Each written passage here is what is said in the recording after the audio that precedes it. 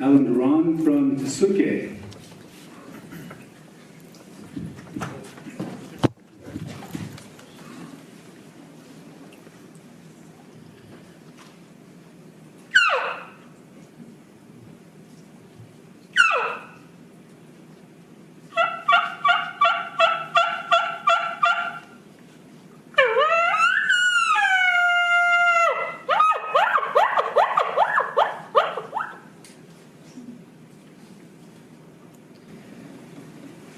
Hello, my name is Alan Duran. I'm from the Pueblo of Tsuki.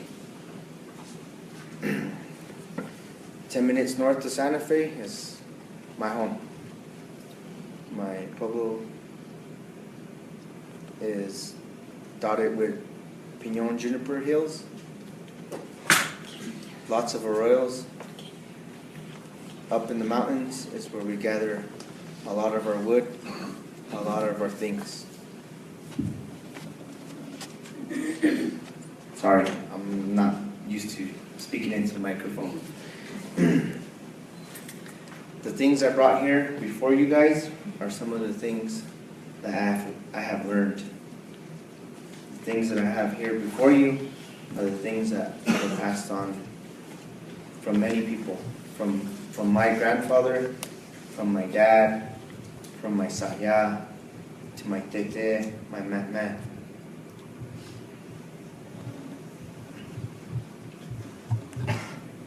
Right before me, I have a buckskin. This deer was taken many years ago. This one here on the other side was taken many years ago. The hooves on my turtle shell was also taken.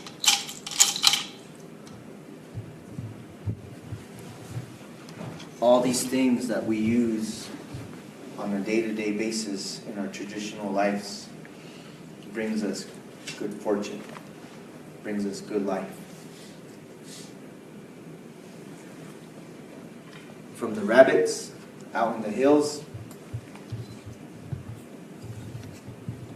to the big game in the mountains, this is how we survive.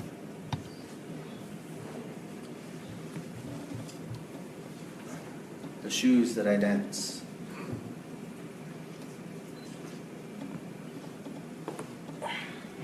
are made from either elk or deer. I wanted to share with you guys something that I got years back when I was only 10 years old. This was my first book.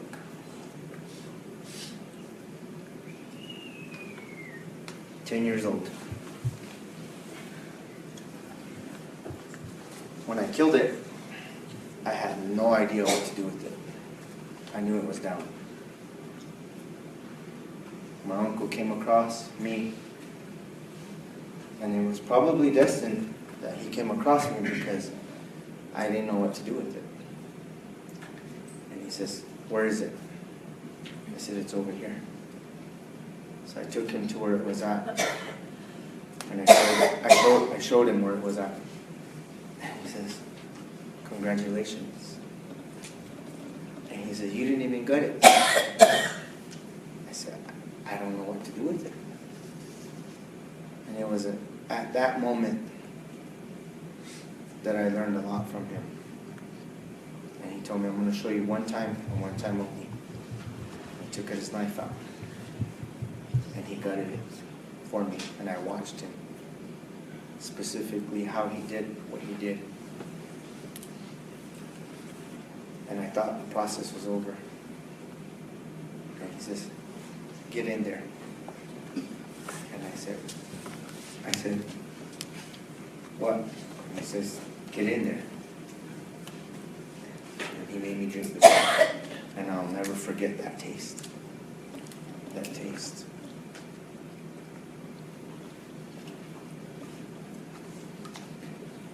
I grew up killing the smallest bird that you can think of to the biggest bird that you can imagine. All those things. was a journey for me. All those things were not wasted. All the feathers, everything was restored. And those of you that know the purpose of hunting, we do not waste anything. We bring home bones, the hooves that you see here on my turtle shell, and everything is processed. When we have a deer dance, it is a great honor to dance what you got in the mountains. Because this thing was living peacefully out there. And somehow, some way, it came to me. The hides are processed. All these ones are brain tanned. They say that each animal has a brain to tan each hide. And believe it or not, it's true. It's a lot of work, but this is the outcome of it. This is what we get.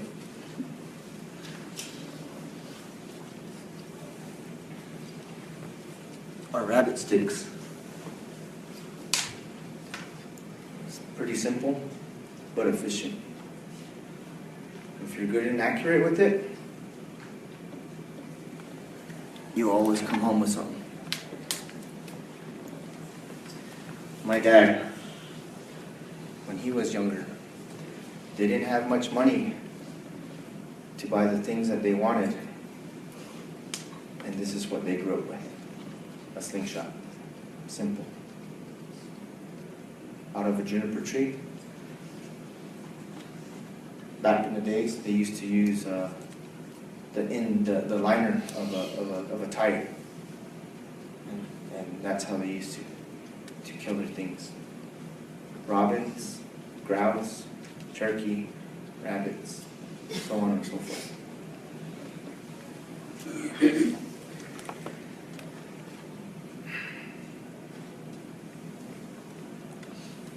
It wasn't till about almost 15 years ago that I got my dad into bow hunting. And bow hunting itself is a great challenge. No matter if it's traditional or if it's a compound, it is still a great challenge. I took my dad with me and showed him the art of bow hunting. I didn't realize that my dad was about to give up after 8 years of bow hunting. He had shot numerous of deer, shot numerous of elk, and on this one particular day, him and I were together, and I called in this elk. The sounds that I was making earlier, beginning of my speech, I was making those sounds, and he came in, and my dad's eyes opened up like this, and he looked at me, and I told him, I said, get ready, it's coming. He said, what's coming? I said, it's coming. By the time I put my things down, by the time I looked up, my dad was at full draw. I leaned over his shoulder and I reassured him, and I told him, don't miss. He released that arrow, and that animal took off, not knowing if we hit it or not, or if he hit it.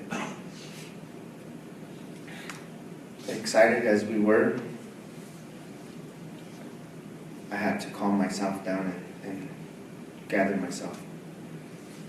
So we started looking for the trail.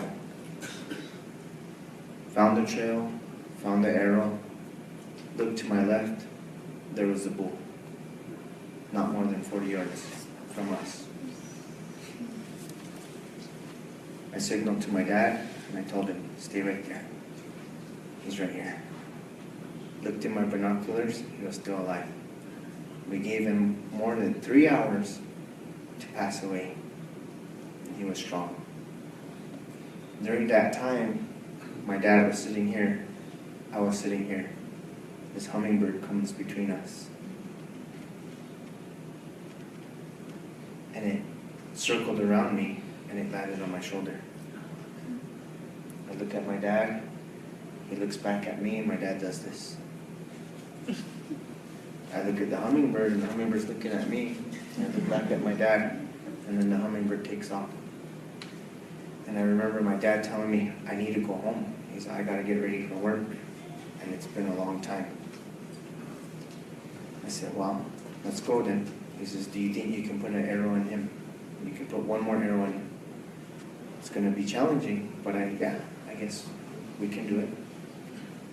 I said, that hummingbird was the messenger, and it was ready.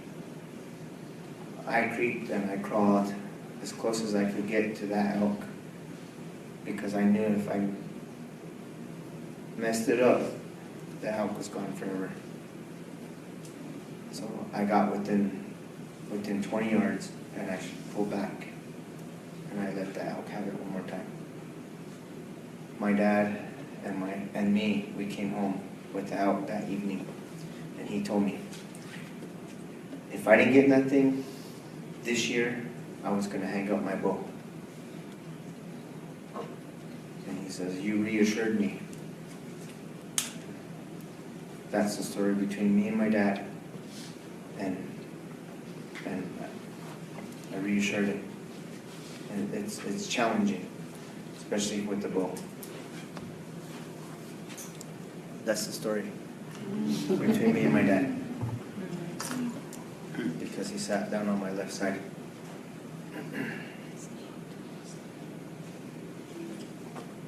My dog Sugar. I'm sure you guys are wondering about her. Yeah. I have many stories to tell. But for you younger generation,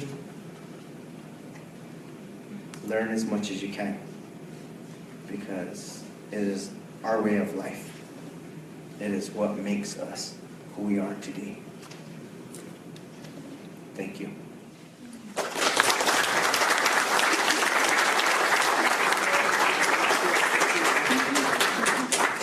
Thank you, Alan. Thank you, Tino. I love hearing stories from our elders, also our young generation, but not so young generation. I know of Alan, and I know of his dad. Very good hunters. I'm from the Pueblo of San Ildefonso, and as I look around, I can see a council representative out there. I know a few people that are out there. My mom's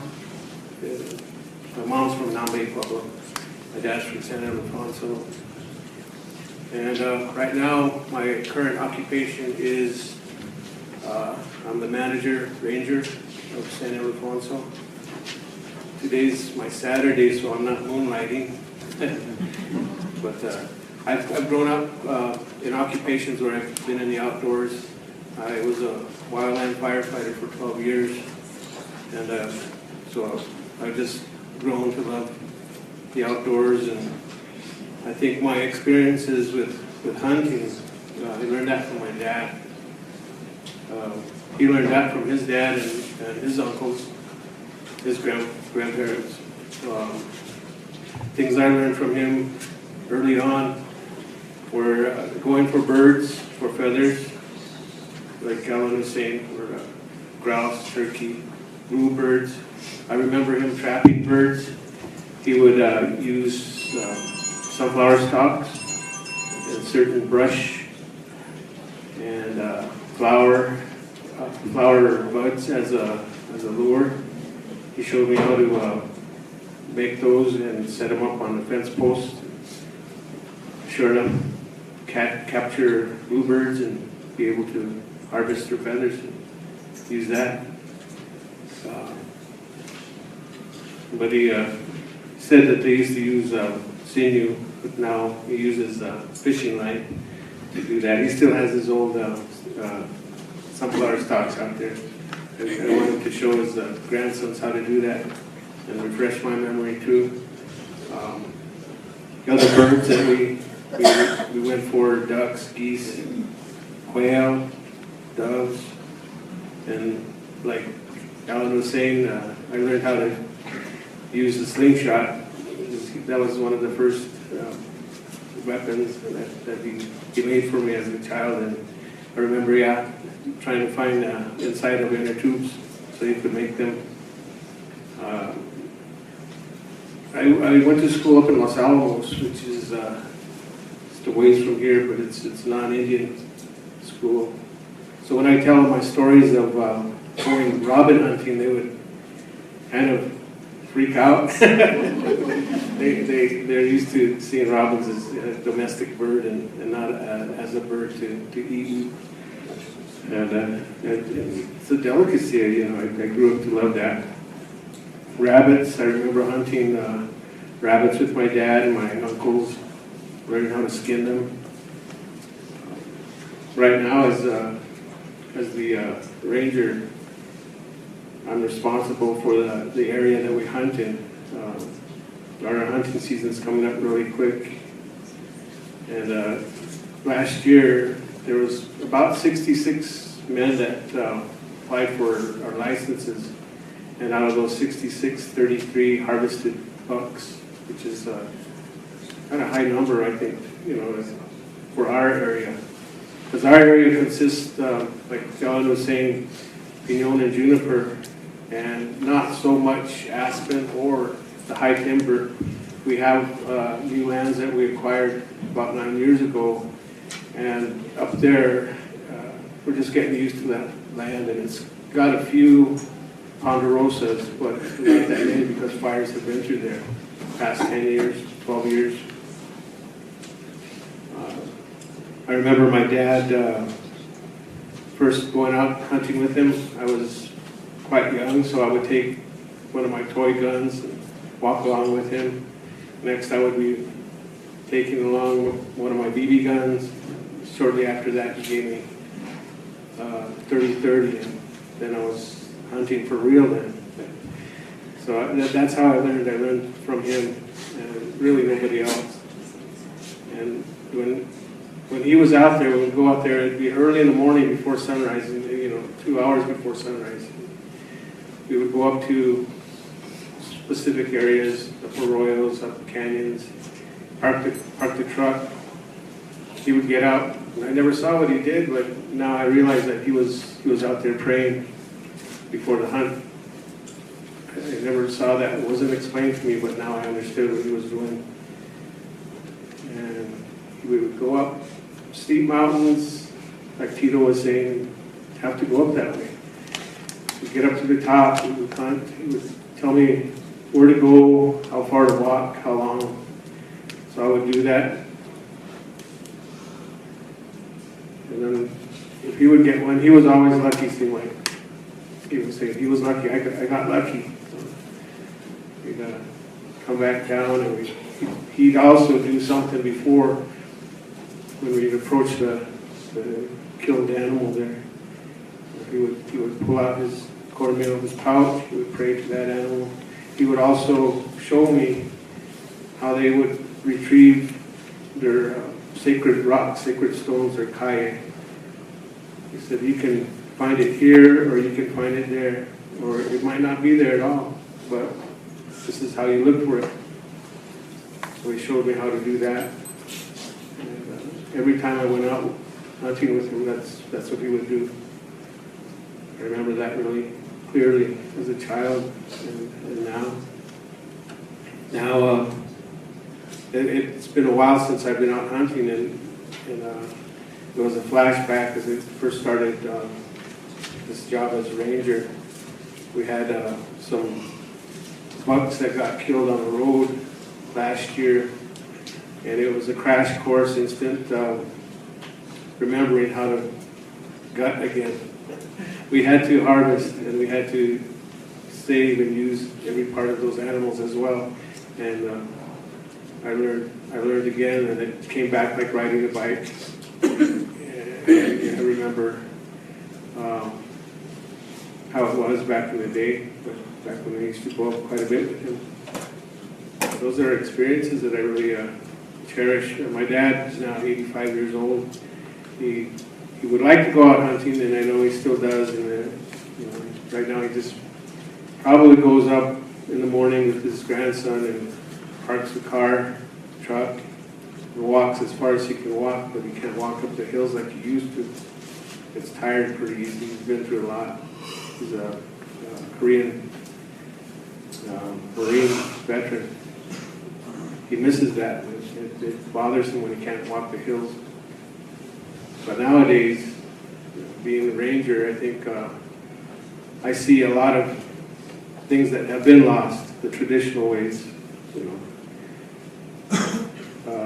Like how we used to hunt, how they used to hunt. They probably rode horses, they probably took wagons and went up early in the morning. And nowadays they have vehicles, but some of the people I noticed, they don't even do that. They just drive along the canyons. That's how they hunt. And a lot's been lost that way, because I was just talking to, we had a meeting with my supervisors and my assistant, and we noticed that a lot of that has been lost. And a lot of our young kids are seeing that that's the way they hunt.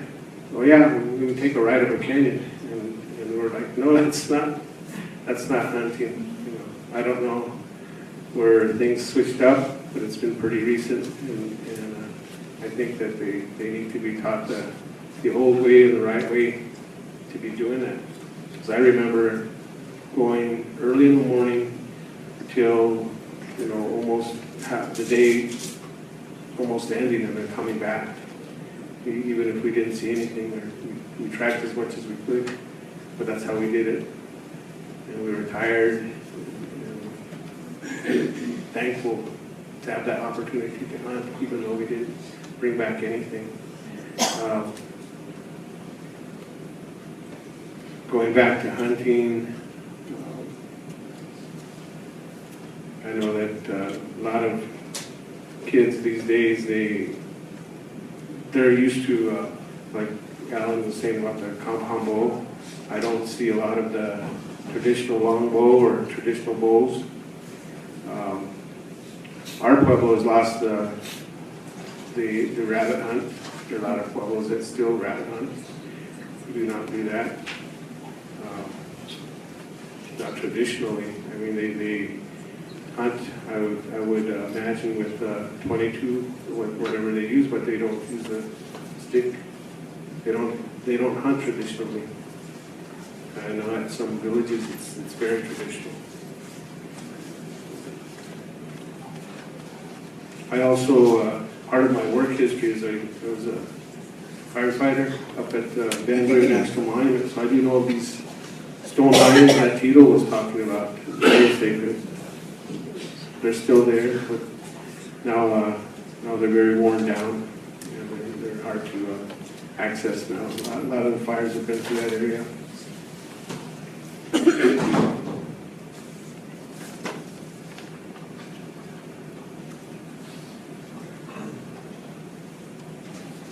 That's what I came here to say, and I just wanted to leave on a happy note, and this goes back to my firefighting days.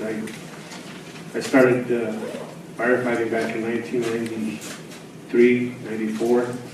I joined a thinning crew in Santa Clara, and I had no idea that I was going to be firefighting. I was in a class, and they said, you know, they started talking about firefighting, and I said, well, I signed up to be a thinner. I thought I was going to learn how to use a chainsaw.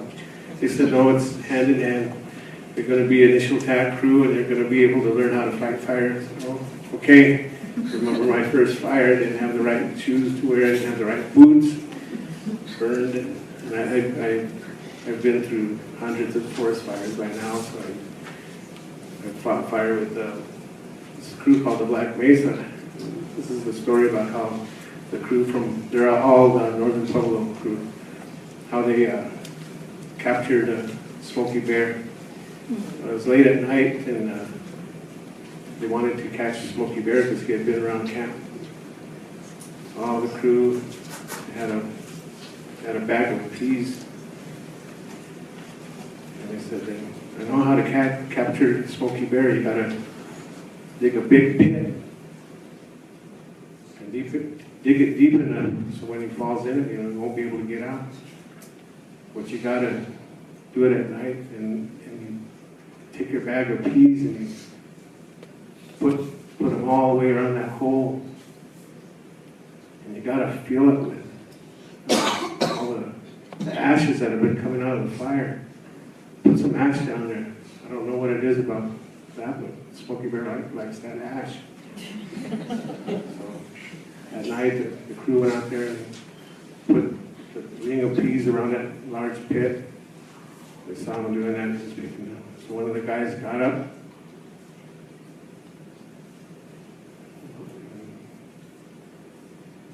Looking around, looked in the hole. One of the firefighters kicked him in the ash hole, and that's how he got captured. That's all I got to say. Thank you.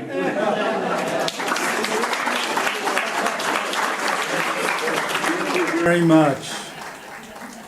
On the far end, Jerome Martinez from San Ildefonso, Mr. Tito Naranjo from Santa Clara, and Ellen Duran from Tesuque. Thank you so much. And just a quick observance.